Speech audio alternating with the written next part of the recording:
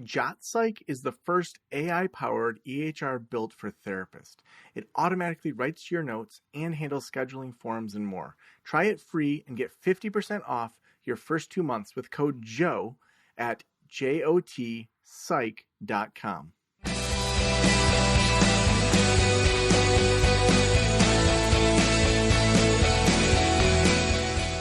This is the Practice of the Practice podcast with Joe Sanok, session number 1310.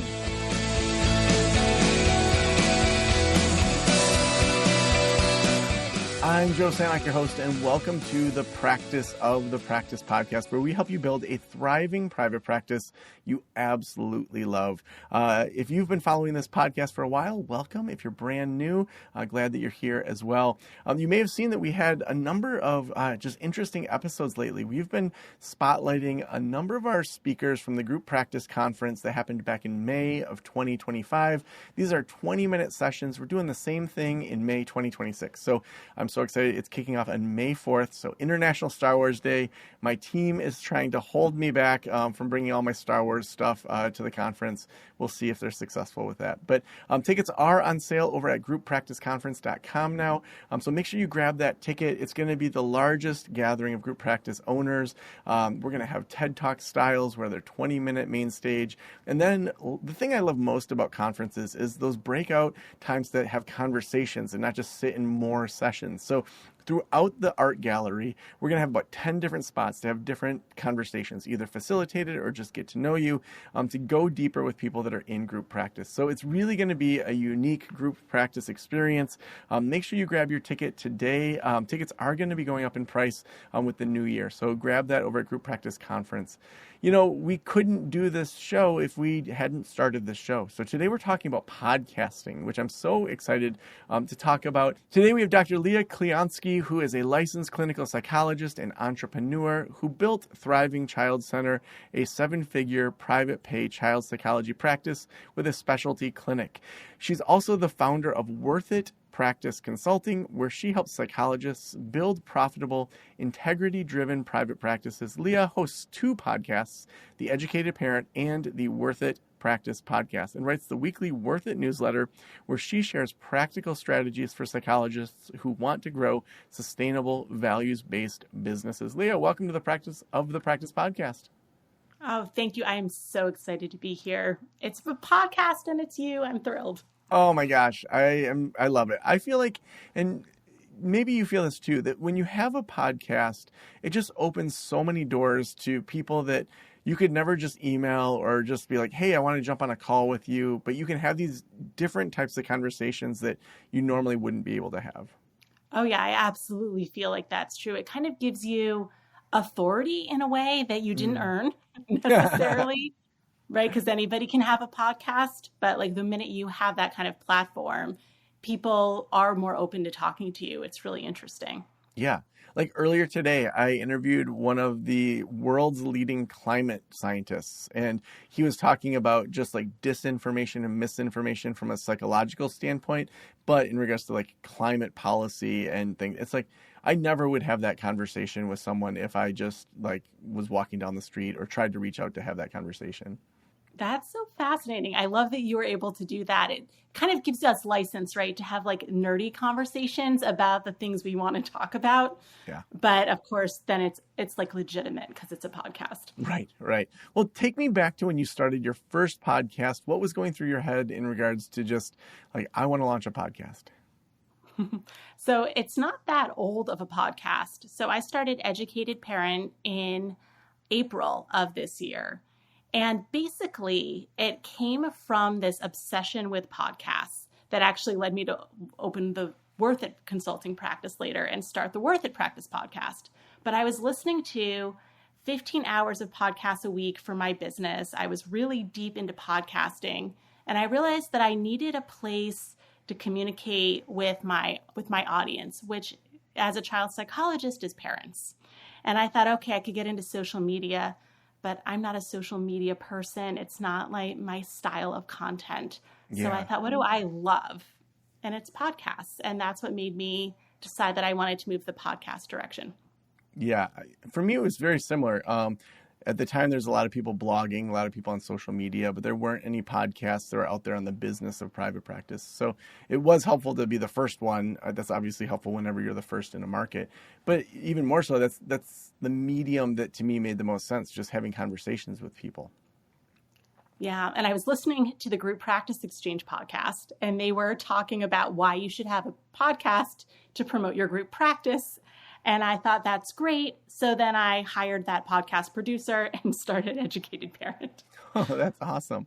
Now, take me through, like, what were some of your first steps in starting your podcast? What do most people maybe miss when they start a podcast? I feel like it's really important to have a clear vision for a podcast. And I know, Joe, that's something you really think about a lot too. Like, what is the podcast really for? Who is it for? What do they want? And so for me, that was relatively easy to come up with because I was thinking about my clients. Who are they? They're parents who want advice from a child psychologist. Mm-hmm. And so being able to think about that audience, which is really honestly a lot of my friends, it was easy to think about, like, what kind of information are they looking for and how do they like to receive that content? So when I was able to really think about what people wanted and then also just my natural style, which is often how I have conversations with parents when we're in a therapy room, like they just came together really naturally. So I came up with a structure pretty easily. And it was something I wanted to talk about. So I feel like you have to have a lot of personal passion for the topic. You have to want to sit down and record a podcast episode. Like I feel it like almost like a burning desire to like just sit down and like put that content out there. So I get really excited about it. And at this point, I'm starting to figure out what really speaks to people. So it's that, I feel like it's those two things together. Yeah. And when you said that you're figuring out what speaks to people, like, what are you looking at analytics wise? And like, how are you figuring out the things that maybe are stickier than other things? So I'm a psychologist, which makes me a huge nerd, which means that I look at the data on Captivate, which is how we produce the podcast. And I look at it every single day so that I can see how it's doing and kind of what episodes are getting the most traction. And so I also review it with my podcast producer quarterly. And so we're able to look through and see like which episodes are the most popular and which episodes are getting the most clicks, and then how are they showing up on YouTube Shorts. And what I've learned, at least in that podcast, the new insight is that people just really like it when I'm real, even if it's a little bit raw. They are most interested in the episodes where I just talk about parenting from my perspective, and usually if I can confess a mistake that I've made, which are many. So that seems to be what really resonates. No, that's a great point. On that point, what mistakes in parenting have you made? What mistakes have I not made? I feel like being a clinician does not excuse us from having the emotions, right, that get in the way of our parenting mistakes. Yeah. So usually it's that I lose my temper, right? I get too frustrated in the moment. I forget to use the skills that would actually work. And then in retrospect, I look back at the situation and think, okay, I did not set myself up for success there. And if I were better regulated in that moment, I would have parented from an evidence-based perspective. Does this happen with you too, Joe? Do you find yourself? Never. I'm always just flawless. No, literally, as you're saying that, yesterday I had a crazy busy day with practice of the practice, but then had to take my daughter to an appointment. And then after that, had to go get her fitted for ski boots.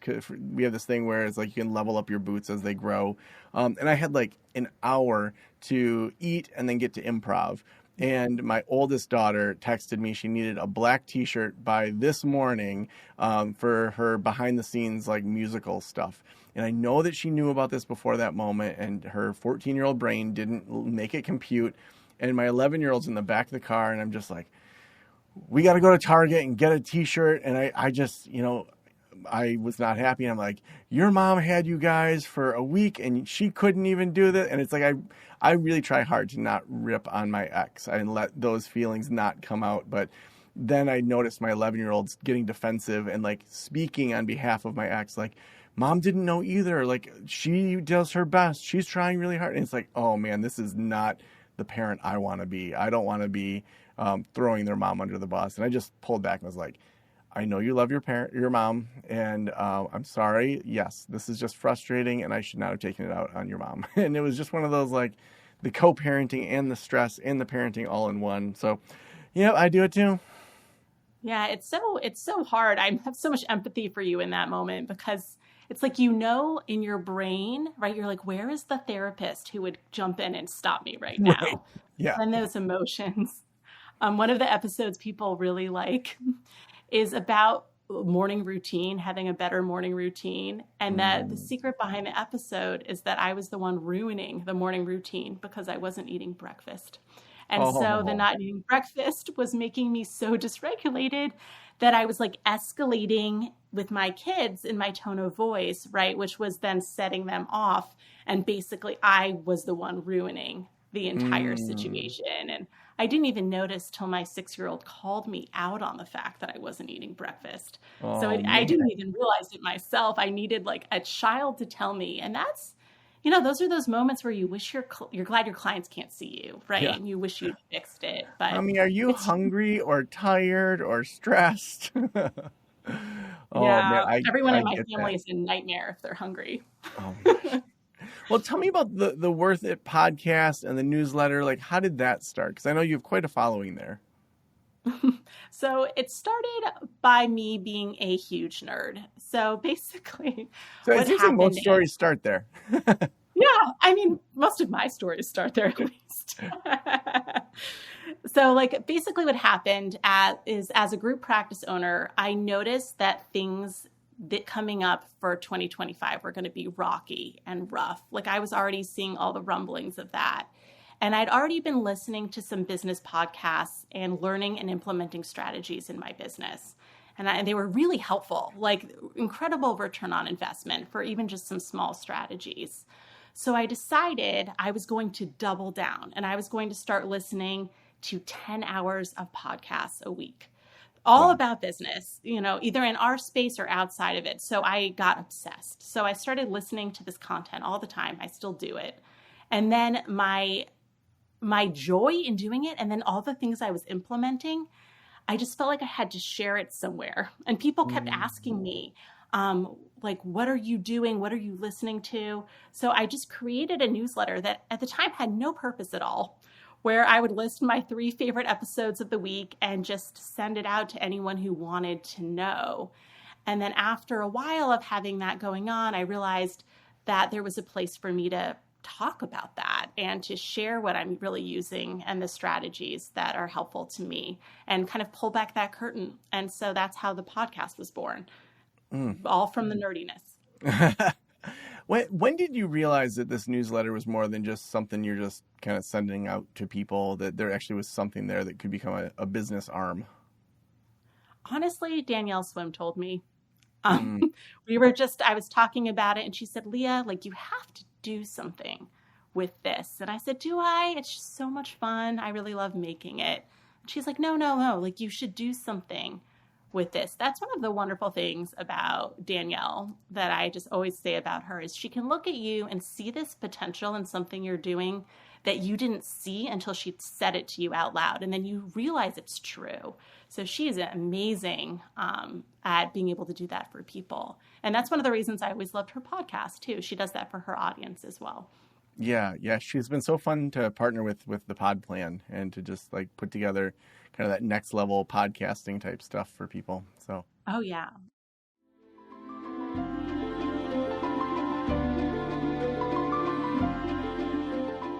I want to thank Headway for sponsoring this episode. If you run a group practice, you know that accepting insurance can be overwhelming. Between credentialing, billing, and payroll, the admin side can easily take over your week.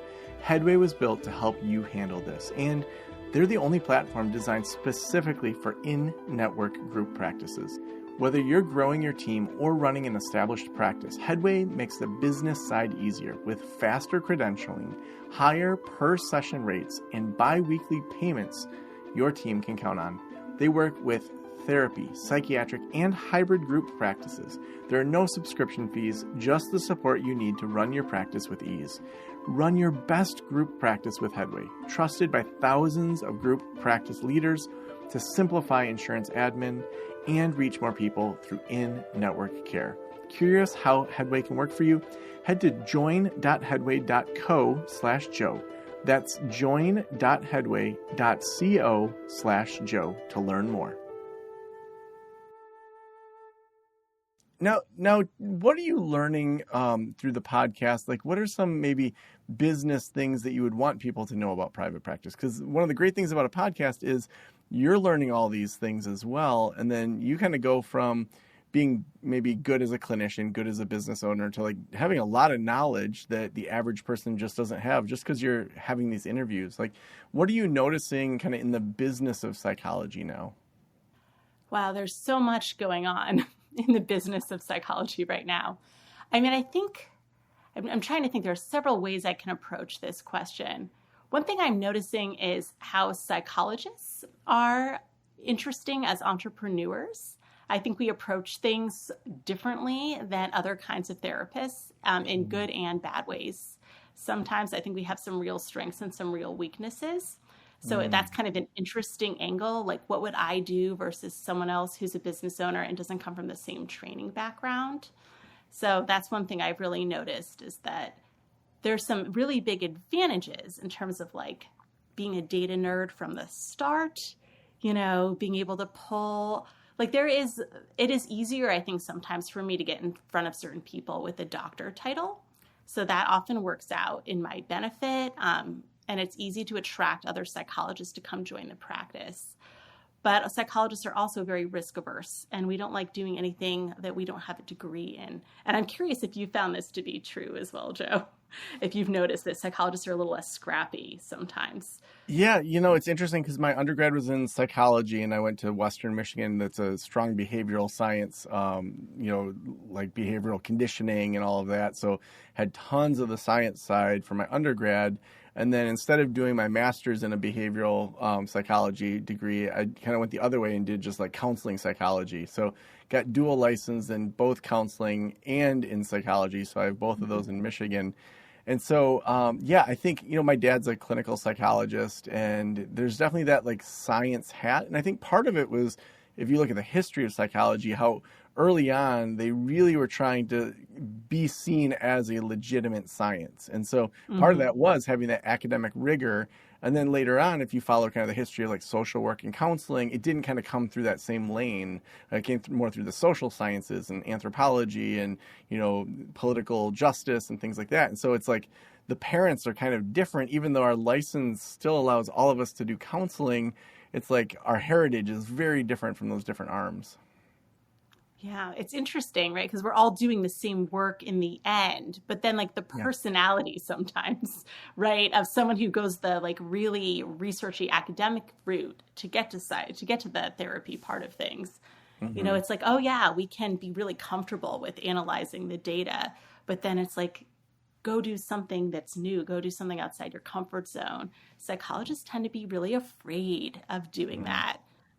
Afraid of doing things that are not kind of planned out for us. Yeah. So it's interesting to see that, especially as I'm consulting with other psychologists. I'm also the child of two psychologists, so I'm,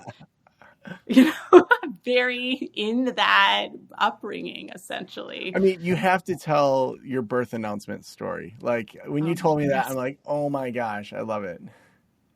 Yeah, so my parents were psychologist entrepreneurs in private practice.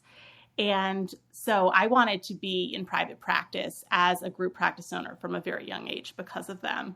But I really never had any choice, because my birth announcement is written as if I am a clinician who is joining their practice. I'm their first child.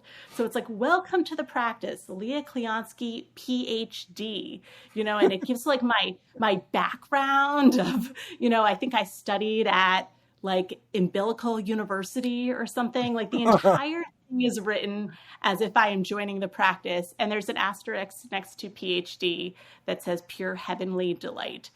So like I was just like groomed from an early age to go into this field. Oh my gosh. I love it. And I also am like, wow, like that's just a lot to put on a kid too.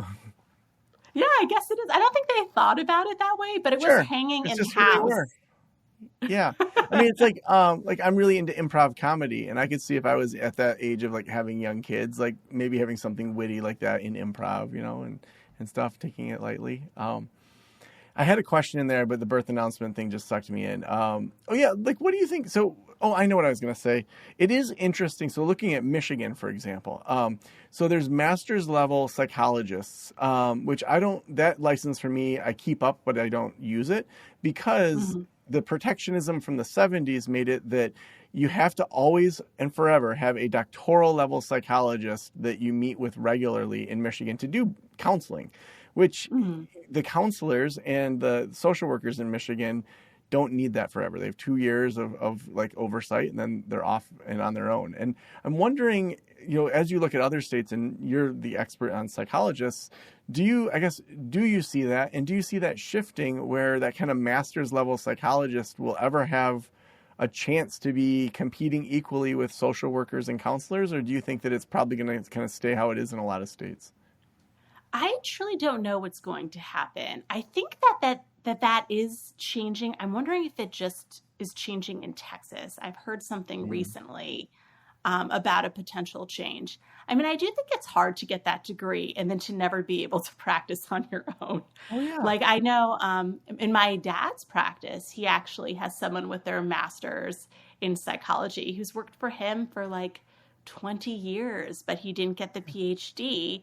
And so he can never work without my dad supervising him. So that is it's not like an ideal license, right? No. And I actually, luckily, the semester before I was about to graduate was like, wait, like I'm always going to have to be under a fully licensed psychologist? I'm like, is there a way before I graduate to like dual major or do like dual master's degree? And they're like, oh yeah, just take these like 3 extra classes and then you can also be an LPC. And I didn't have to have like second internships or anything. I'm like, then I'm going to do that. Like, of course. Yeah. Yeah, that's really annoying. I'm glad you asked so that you have the freedom to practice on your own. It doesn't make any sense. Now, what are you noticing as maybe thinking about just psychologists? If we're talking about opening practices, what you're seeing kind of through learning through the podcast, like what are some things that maybe most psychologists maybe do wrong and areas that psychologists can really like improve and grow their practices? So one thing that I see psychologists do where I'm like, no, is they're in a PsyPact state and they don't get PsyPact certified. So they have the opportunity to practice, and that's only if you live in a PsyPact state, but there are like 43 PsyPact states right now. Yeah. So why would you ever limit yourself if you don't have to? You never know what opportunities there will be to practice virtually across state lines. You never know what will happen. And so it's not that much extra work to, you only have to get like several CEUs a year to keep it going. It's not that expensive, but it just opens up your opportunity. So I always feel sad for people when they're limiting themselves in a way that's not necessary. So I would encourage any, psychologist who's eligible for PsyPact to get it, even if you don't know what you're going to do with it. I feel like a lot of entrepreneurship is about doing things and not knowing where they're going to take you. You start a podcast and you don't know, like I started Worth It Practice podcast and joined the pod plan and I didn't know I was going to be on your show, right? And I'm so glad I did and I'm so glad I'm here. So like you don't know, and I think psychologists are so afraid if you can't tell someone where it will lead them, they can be really weird about doing things. We can be really weird about doing things that will open doors. So I think that not taking advantage of those things is a mistake that psychologists make. And I don't know that other licenses would do that. I'm not seeing that when people talk about the counseling compact. Everyone seems very excited, however that develops. So I think that's a mistake psychologists make.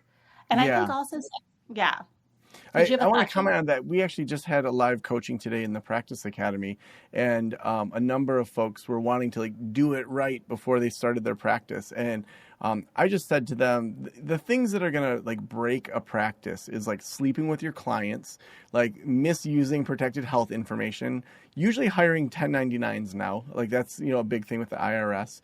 And then like clawbacks from insurance because you didn't do your progress notes on time or do things correctly. Like those are like the big 4 or 5 things that really take down a practice. The rest of it, we can use the lean manufacturing model of plan, do, check, adjust. And it's like you plan it out, you do it, you check to make sure it's working, it's not, and then you adjust. And it's like, as long as you're showing that continual improvement in most court cases, and I'm not an attorney, but it seems like things aren't going to come down against you if you're showing that willingness to improve and grow over time. Yeah, exactly. And also, just because you have something doesn't mean you have to use it, but having the opportunity is really helpful. Yeah. Well, tell me other things that you think psychologists miss the mark on. Well, so that's one, is not taking risks. I think psychologists often aren't good at being able to talk about themselves in a relatable way and still lean into their expertise.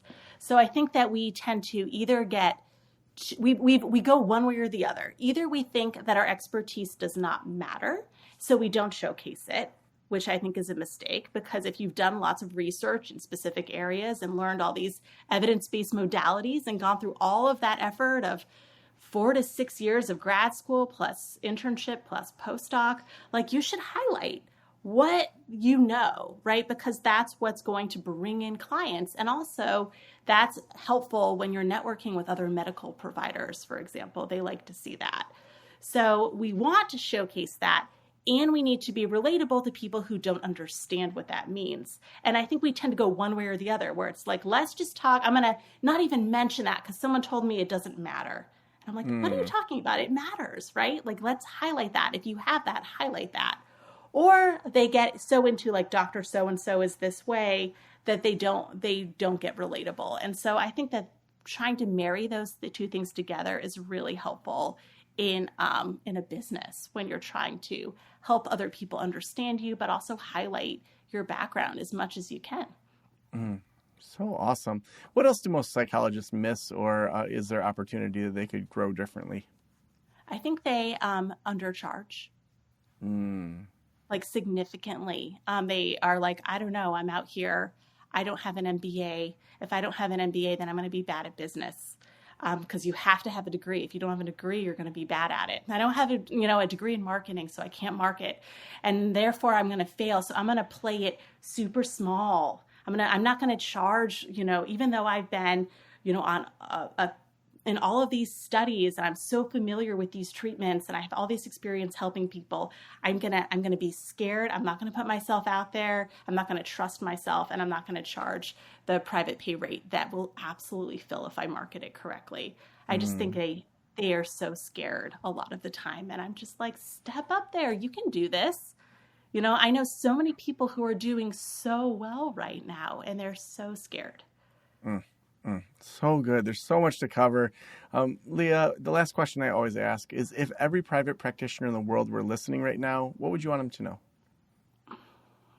I mean, this is not a super or original insight, but this is something that I think about a lot. If I'm not scared, I'm doing it wrong. Like, I need to be a little scared. So I would encourage you to do the things that are scary because they're scary. Usually if it's scary, it means you should be doing it because it's how you're going to grow to your next level. So I would encourage everyone, all of you, to look at something that you know is frightening you, but you also know deep down would help, and just do the scared thing. It will change your life if you do that. Oh, love it. If people want to listen to the podcast, if they want to follow your work, where should we send them? Well, we can put a link in the show notes, Joe, for the Worth It Practice podcast. Yep, we'll put all that in the show notes. Yeah, and you can go to worthitpractice.com if you want to go to my website, and that will link you to everything that you need to get to. I'm also experimenting with Worth It Practice on TikTok, so we'll see what happens with that. Awesome. Well, thank you so much for being on the show today. Oh, thank you so much for having me. It was so much fun.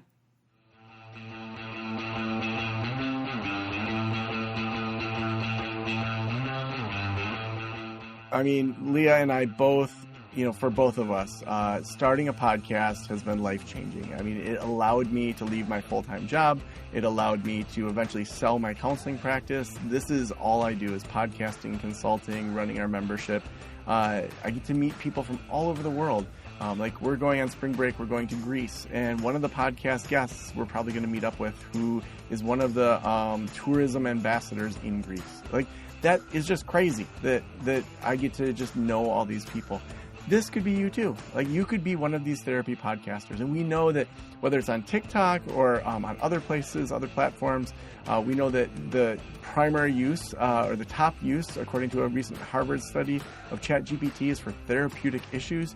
We need to be leading the charge with technology, with AI, with podcasting, of making sure good content is out there so that it's not just people that sound like they know what they're talking about, but really they don't.